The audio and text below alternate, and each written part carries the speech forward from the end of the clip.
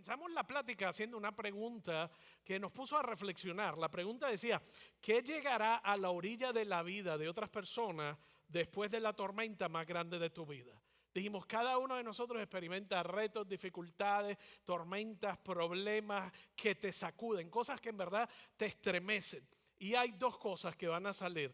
Bueno, realmente una de dos cosas, porque de dentro de nosotros, en los momentos de mayores dificultades y de tormenta, sale el verdadero yo. Y hay personas que en momentos de reto lo que salen son cosas negativas.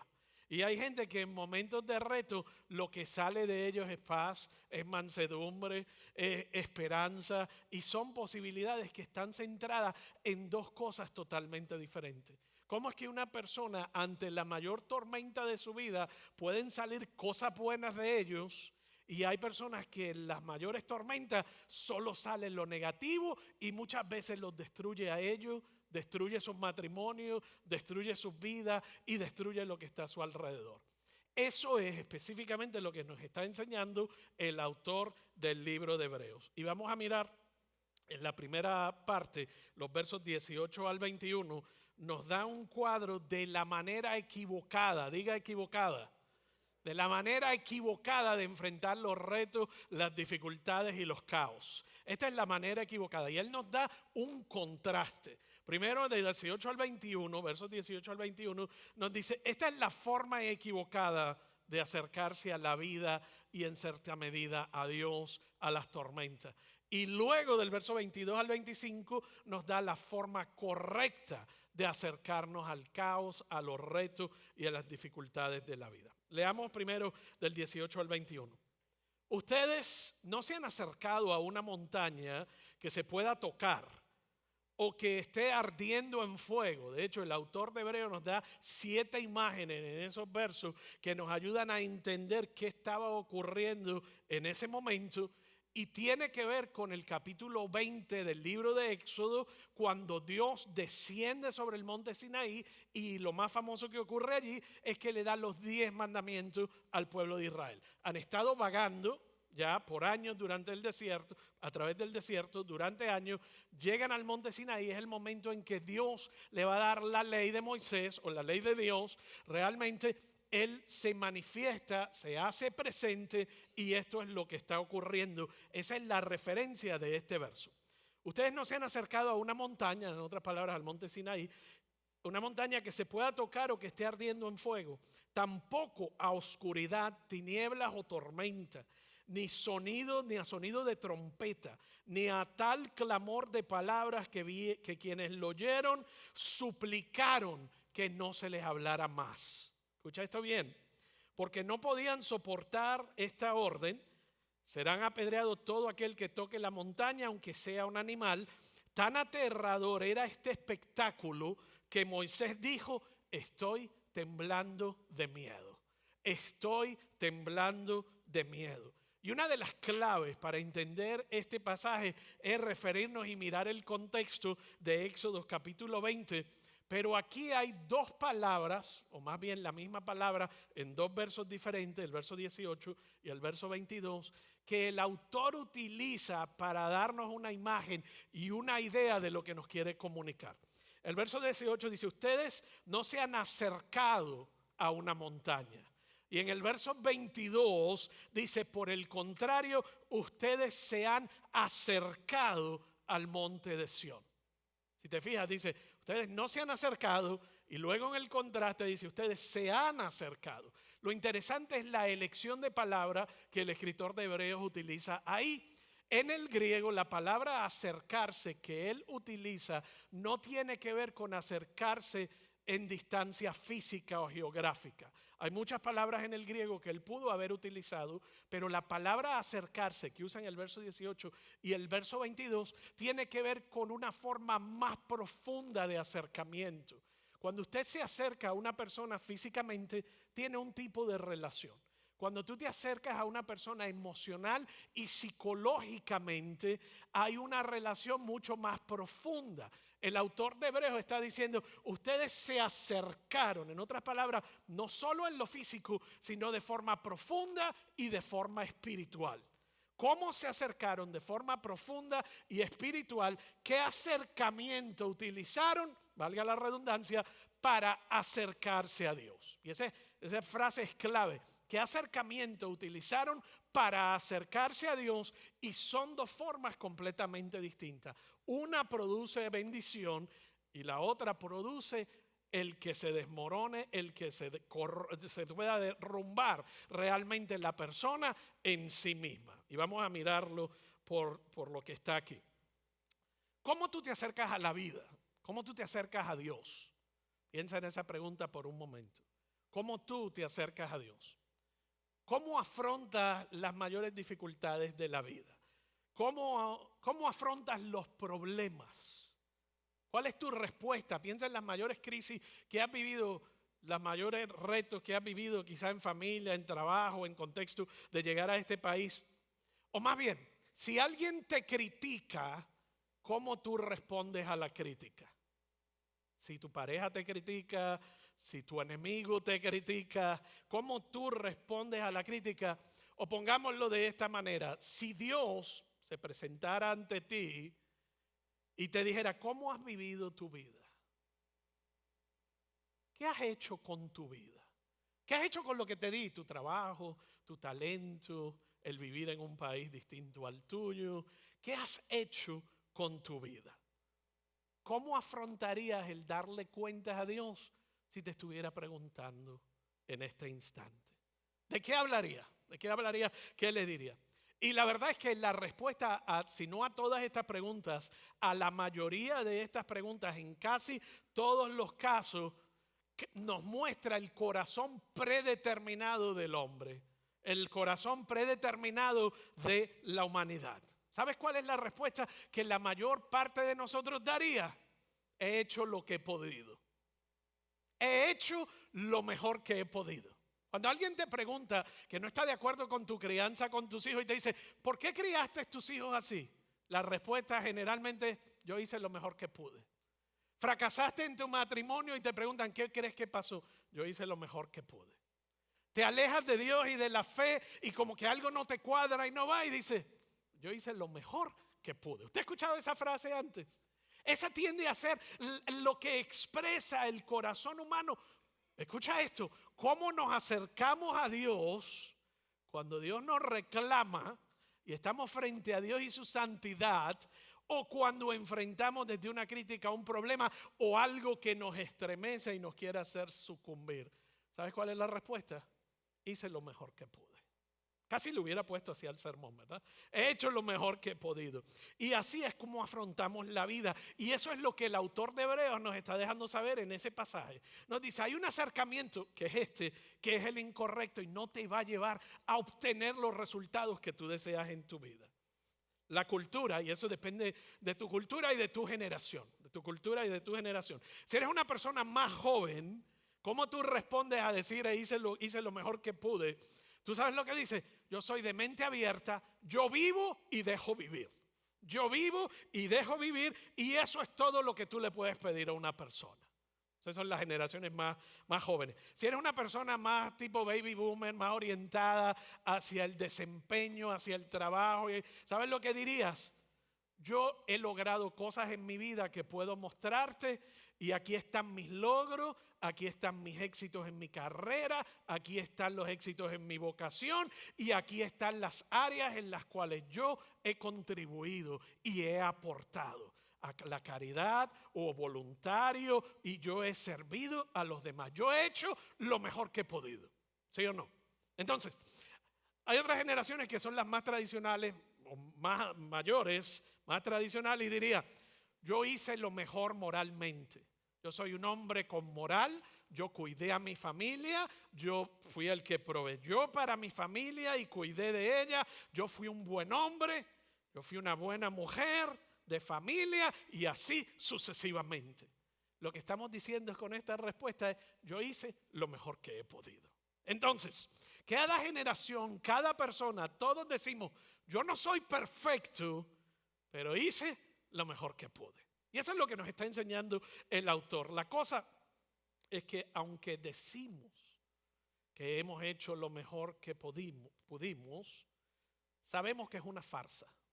Sabemos que no nos levantamos todos los días siendo lo mejor y cumpliendo con nuestros propios estándares, ni con nuestros propios estándares morales, ni inclusive con los propios estándares de Dios. Sabemos que es lo que debemos decir culturalmente, pero no es lo que practicamos. Si no, digamos la regla de oro: haga a otros lo que quieren que le hagan a usted.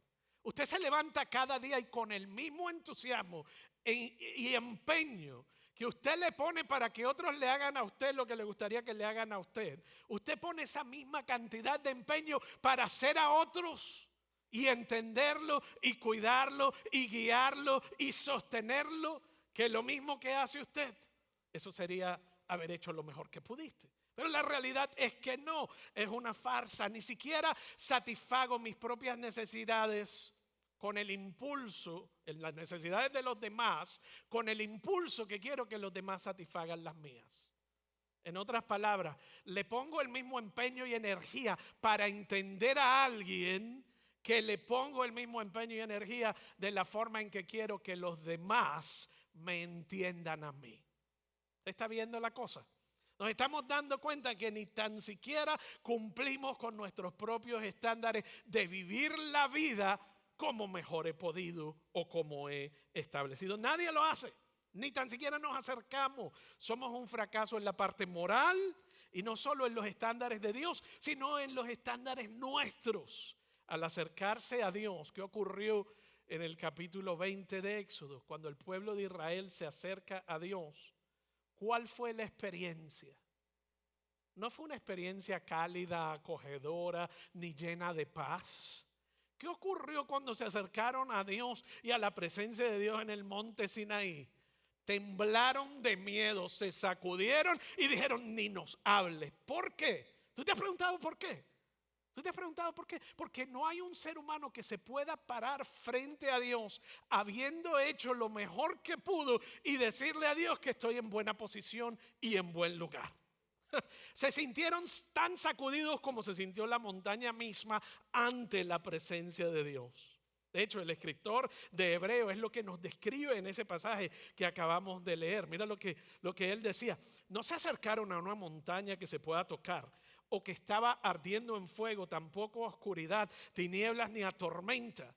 Es lo que está describiendo lo que estaba pasando frente a la presencia de Dios en el monte Sinaí en Éxodo capítulo 20. Ni a sonido de trompeta, ni tal clamor de palabra que los que le oyeron le dijeron: Señor, no nos hables más. No podemos contenernos, no podemos sostenernos. De hecho, este no es el único lugar que ocurre. En todos, diga todos, en todos los lugares en la Biblia donde Dios se presenta y aparece, donde Él se presenta, llegue a una montaña, a un espacio, a un templo, la gente no podía tolerarlo. La gente no aguanta la presencia de Dios. Piensa en eso. Moisés, ¿qué le ocurrió a Moisés ante la presencia de Dios? Tembló de miedo, tembló de miedo. ¿Por qué sería esto? Si tú quieres entender por qué es tan demoledor, por qué es tan desastroso, por qué es tan conmovedor acercarse a la presencia de Dios, quiero compartir una historia que el pastor presbiteriano que ya falleció, Tim Keller, de la ciudad de Nueva York, compartió en cierta ocasión en una entrevista que le hiciera. Él hablaba acerca de una de las universidades élite, una de las universidades más importantes en los Estados Unidos.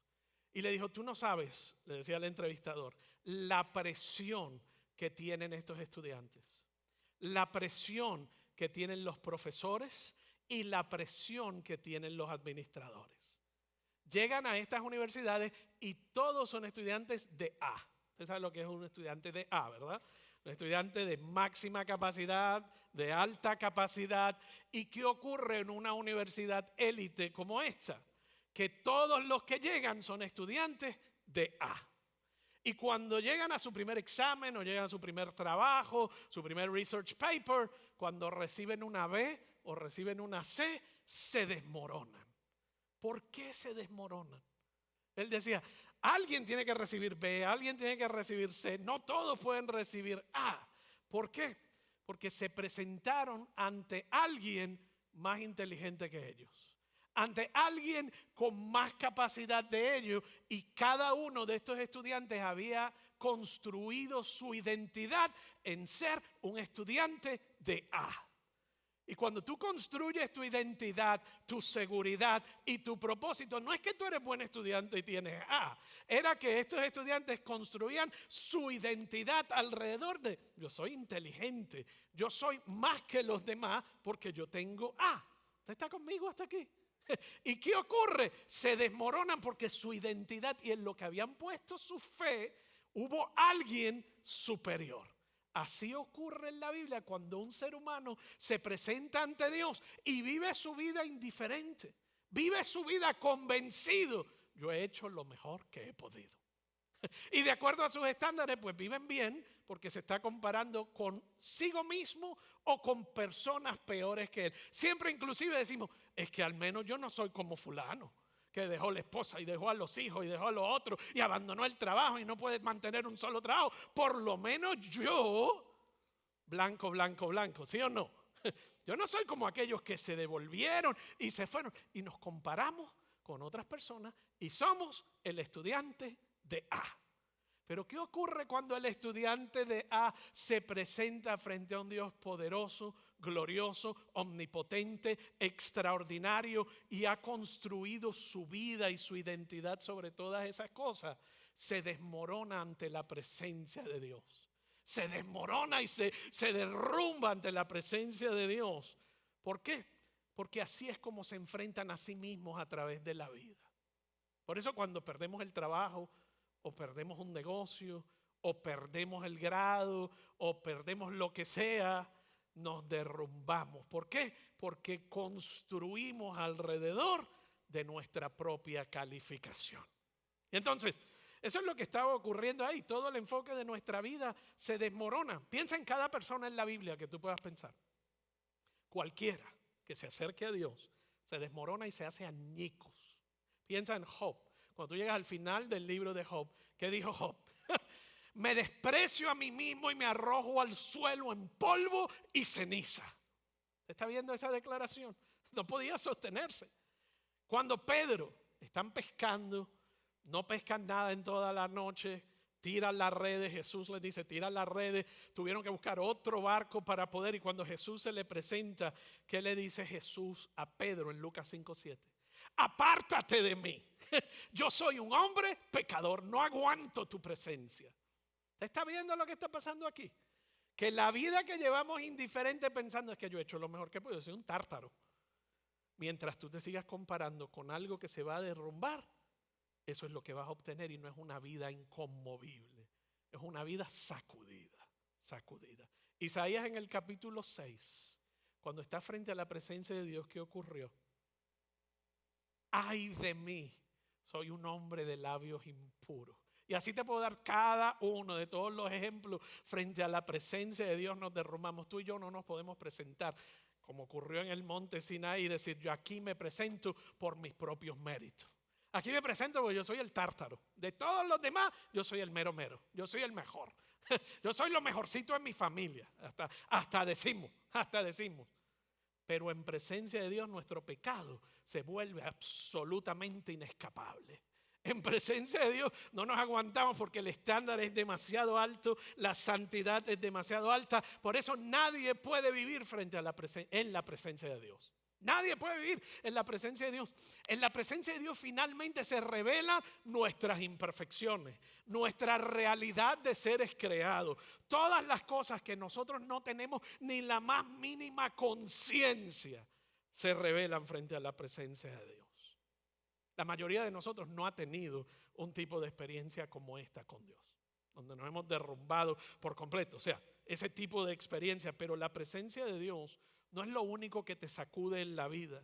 Este mundo eventualmente te sacude y te destruye. Si tú construyes tu vida, escucha esto bien, si tú construyes tu vida en el éxito o en lo que sea, en una persona, en una relación, en un trabajo, en un proyecto, en unos documentos, en lo que sea que tú pongas tu esperanza, si tú construyes tu vida en lo terrenal, en lugar de lo eterno, un día no vas a ser el más inteligente en la sala.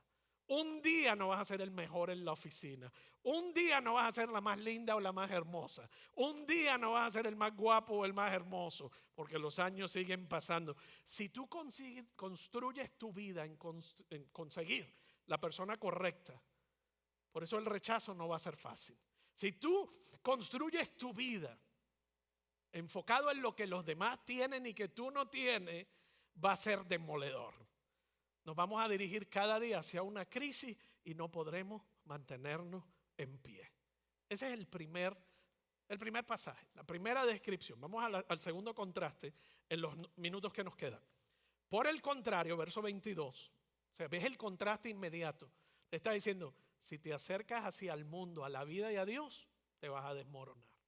Pero nos da una vida mejor y nos dice, esta es la alternativa. Por el contrario, ustedes se han acercado al monte de Sión. ¿Tú ves la comparación? Los otros se acercaron al monte Sinaí, estos se acercaron al monte de Sión. El monte de Sión, donde habla de la Jerusalén celestial, la ciudad del Dios viviente, se han acercado a millares y millares de ángeles a una asamblea gozosa, a la iglesia de los primogénitos inscritos en el cielo. Se han acercado a Dios, el juez de todos, a los espíritus de los justos que han llegado a la perfección, a Jesús, el mediador de un nuevo pacto, y a la sangre rociada que habla mejor que la de Abel. Wow, la cantidad de símbolos. Yo quisiera estacionarme ahí y darte uno por semana, pero solo te voy a dar 3 puntos de lo que vamos a rescatar de ahí. ¿Qué nos está diciendo? Si tú te acercas a Dios y a la vida y al mundo y a todo lo demás con este enfoque de Hebreos 12:22, te dice, vas a tener un futuro inconmovible, un gozo inconmovible y una identidad inconmovible. Un futuro inconmovible. Y usted está escuchando cómo están las cosas en el mundo a nuestro alrededor. Más de 500 muertos en Israel, más de 400 muertos en Palestina. Han tomado hombres, mujeres, niños como prisioneros, los tienen como rehenes. La historia de Israel no está desconectada de nuestra historia. La historia de Israel no está desconectada de la escatología y los momentos proféticos y el desencadenamiento del fin del mundo. Yo no soy ni lo suficientemente inteligente, ni soy profeta, ni hijo de profeta. Mi papá era bombero, pero sí te puedo decir lo siguiente. Ignorar la realidad de los elementos que están ocurriendo en Israel. Primero que nada, los salmos nos invitan a orar por la paz de Jerusalén. En segunda instancia, pensar que el mundo va a ir de mejor en mejor es como un avestruz metiendo la cabeza debajo de la arena. Sea que este conflicto armado que está ocurriendo en Israel, entre Israel y Palestina, desencadene una serie de eventos militares mucho más profundos, yo no lo sé ni lo puedo predecir. O sea una crisis personal e individual.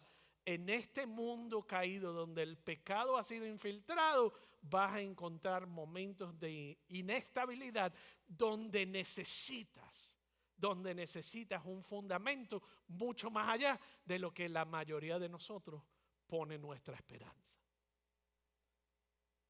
Nos dice esas 3 cosas: futuro, gozo y una identidad inconmovible. Vamos a ver el primero. Y voy a ir rápido. Un puertorriqueño puede hablar más rápido de lo que estoy hablando. Un futuro inconmovible. Vamos. Otra forma de decirlo es que está diciendo, viniste a la ciudad de Dios. Se acercaron a la ciudad de Dios. Se acercaron al monte de Sión. Se acercaron a la ciudad celestial de Jerusalén. O sea, Jerusalén tiene muchos nombres, pero se han acercado, en otras palabras, a la ciudad del Dios vivo. Se han acercado a la ciudad del Dios vivo. Y cuando tú miras la historia, no puedo explicártelo todo, pero la historia de principio a fin de la Biblia habla de la ciudad del hombre, construida por el hombre, y la ciudad de Dios, construida por Dios, siendo el nuevo cielo, la nueva tierra, la nueva Jerusalén. Esa es la ciudad de Dios. La ciudad del hombre es donde nosotros vivimos. La ciudad del hombre está dirigida por el egocentrismo, está dirigida por la infidelidad, está dirigida por la traición, está dirigida en cómo yo te conozco y me beneficio. La ciudad de Dios está dirigida cómo te conozco y te sirvo.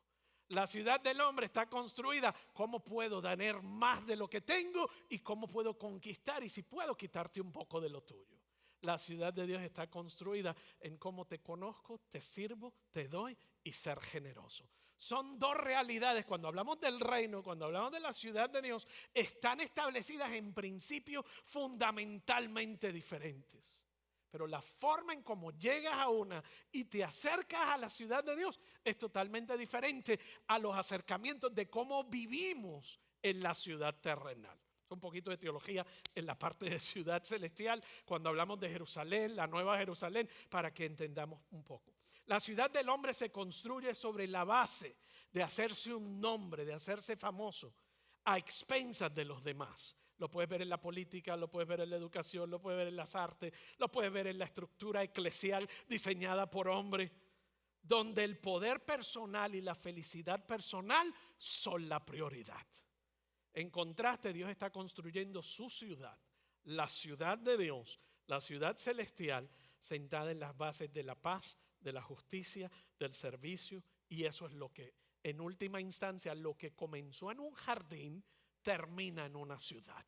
Lo que comenzó en el jardín del Edén y se interrumpió a causa del pecado, culminará en la nueva Jerusalén, en el cielo nuevo y la tierra nueva. Un poco para que vayamos viviendo. A veces vivimos aquí y estamos tan afianzados y tan comoditos en la tierra del hombre, en la ciudad del hombre, que vivimos como cristianos, pero usando los principios terrenales. Y Dios dice, hay unos principios que no van a entrar a esa ciudad santa. Todo eso va a ser quemado y echado al lago de fuego eterno. Aquí simplemente lo que puede venir es lo que ha sido purificado. Dios es un Dios de amor, pero fuego consumidor. El Dios del Antiguo Testamento te consumía a ti frente a su presencia. Hoy día, a través de Cristo, consume el pecado y consume lo malo, pero te deja a ti con vida y vida en abundancia. ¿Usted ve la diferencia? Okay. Cuando nosotros nos acercamos a la presencia de Dios, en nuestro propio esfuerzo es demoledor. Pero cuando nos acercamos a la presencia de Dios de la forma correcta, hay una asamblea gozosa, dice el libro de Hebreos. Por cierto, la palabra asamblea gozosa es otra de esas palabras griegas inusuales que significa una fiesta increíble, una fiesta descomunal. No decía una fiestecita, decía es la asamblea de gozosa, es una fiesta descomunal, increíblemente una celebración, un regocijo, una fiesta en realidad como la que nunca hemos experimentado. Es una fiesta que ante la presencia de Dios lo que hay es gozo, pero solo cuando te acercas a Él, no a través de tu desempeño haciendo lo mejor que puedes, sino que te acercas a Él como el autor de Hebreos nos está describiendo.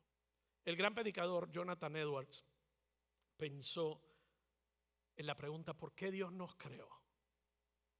Si Él es Padre, Hijo, Espíritu Santo, Trinidad, disfrutaban de una comunidad perfecta, disfrutaban de una relación perfecta de adoración, de glorificación, de servicio mutuo el uno al otro, ¿por qué entonces nos creó? No, hay gente que decía un disparate, que era para experimentar comunidad.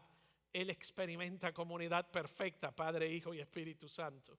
Él nos creó simplemente para que tú y yo pudiésemos disfrutar de la comunidad, del amor, de la relación y de lo glorioso que Él experimenta entre sí. Dios es un Dios generoso y en su abundante generosidad quiere que experimentemos gozo en su presencia. De hecho, nos crea para vivir en su presencia. Nos crea para vivir en su presencia. Este mundo nos debe hacer incómodos. Este mundo para nosotros debería ser como que nos lleven a Marte, nos quiten la máscara de oxígeno y nos sueltan en Marte. ¿Qué va a ocurrir en el planeta Marte? No vamos a durar mucho. No tenemos el oxígeno necesario en las proporciones necesarias. Así es como nos debemos sentir en el ámbito terrenal, cultural, social y comenzar a aprender, Señor, cuáles son tus principios, cómo me acerco a ti, cómo vivo en ese gozo y cómo puedo disfrutarlo. La realidad es que no lo hacemos porque no queremos perder el control de nuestra vida. Creímos la mentira que creó yo a Adán y Eva en el jardín del Edén. Si tú comes del fruto de ese árbol, vas a ser como Dios. Si tú comes de ese fruto, Él no quiere que tú seas igual a Él. cuando en realidad quería que tú experimentaras lo que Él ha experimentado por toda la eternidad.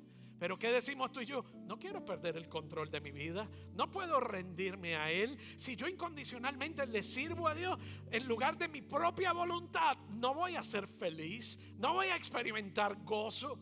Y Dios te dice, no hay gozo fuera de mí. No hay gozo fuera de mi presencia. No hay nada que puedas construir que te pueda producir un instante en mi presencia. Pero nosotros creemos la mentira. El resto de la creación se aferra a adorarle y a glorificarle, pero nosotros todavía creemos la mentira de Adán y Eva. Dios nos promete un futuro inconmovible, una alegría inconmovible. Y luego, ¿qué nos dice? Una identidad inconmovible. Y esto es bien importante, porque vivimos en un mundo donde tu identidad lo es todo. Yo he visto gente ser exitosos y fracasar a nivel personal.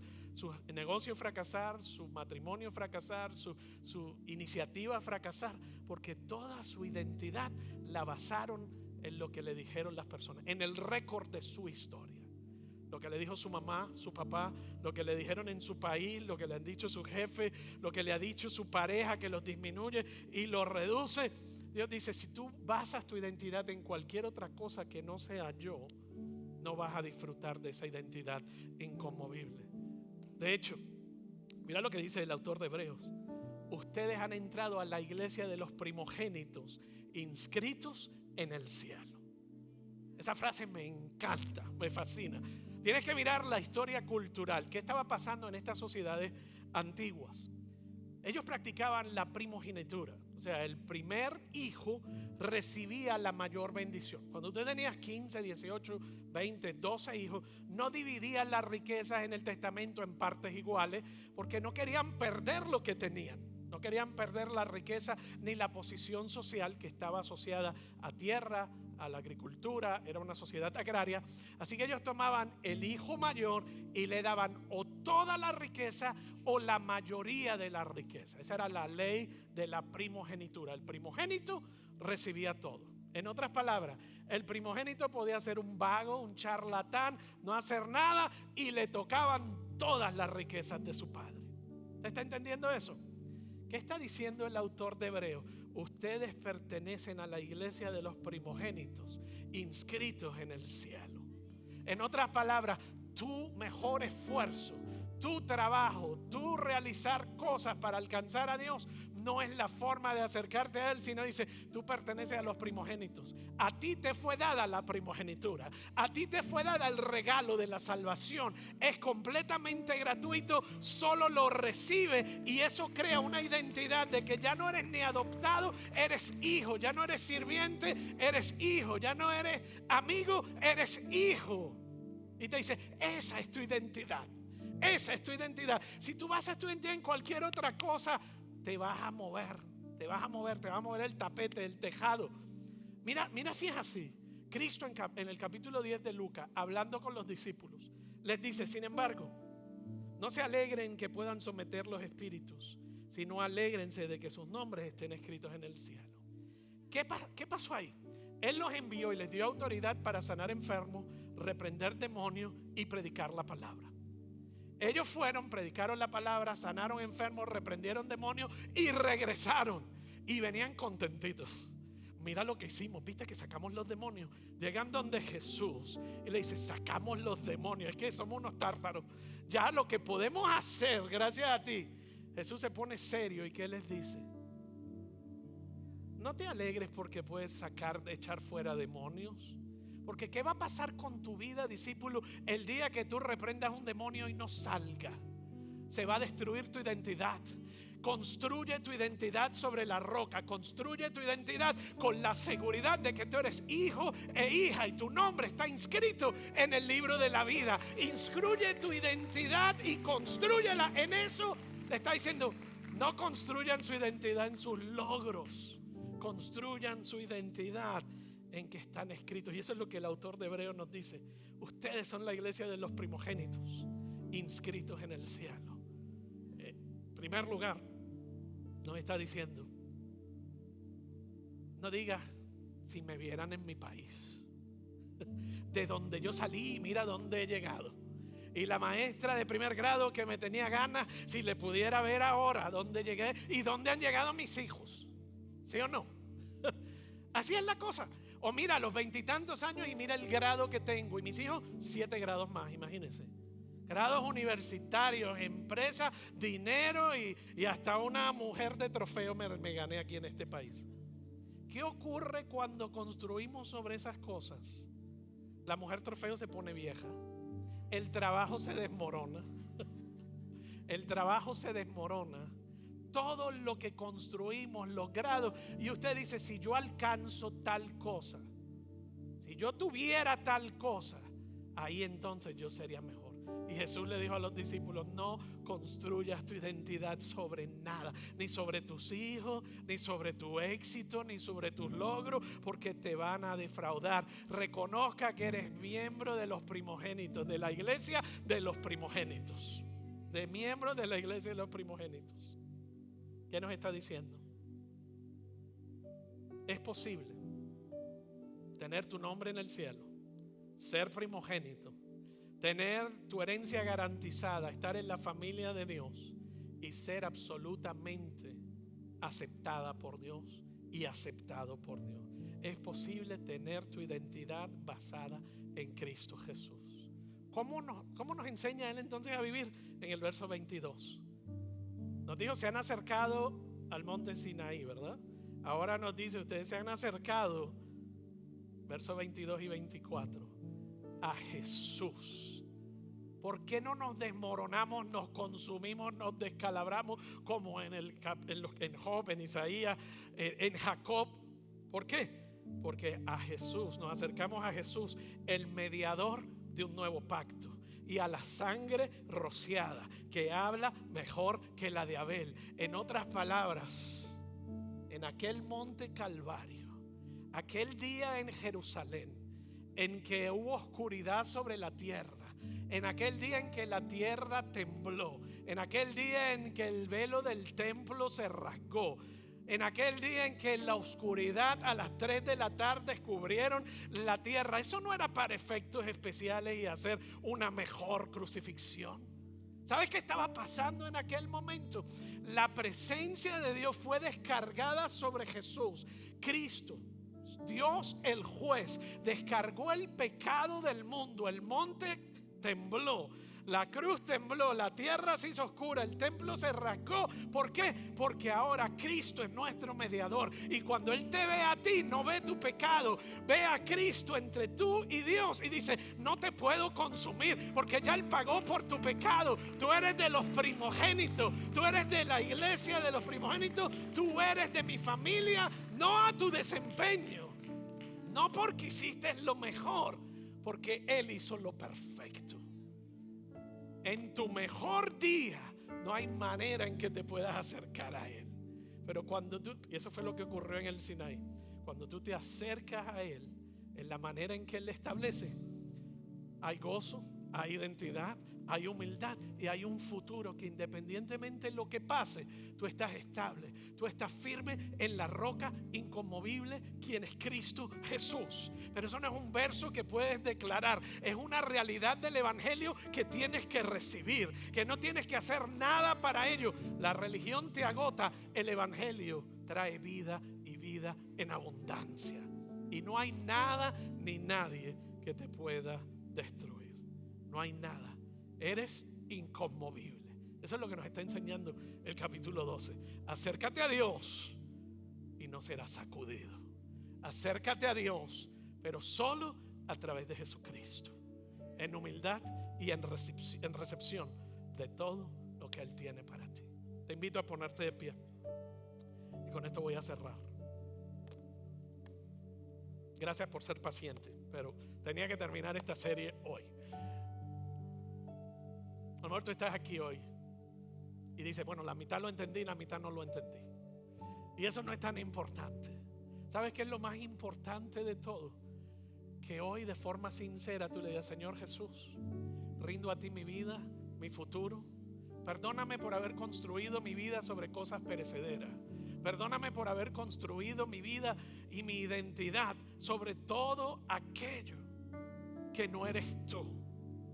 Fuera de ti mi identidad se derrumba. Fuera de ti, si mi futuro es movible, mi futuro se sacude, pero en ti tengo futuro, tengo gozo y tengo identidad. Tú eres mi roca eterna, tú eres mi seguridad. Todo lo que he estado buscando lo encuentro en ti y solo en ti, oh Dios.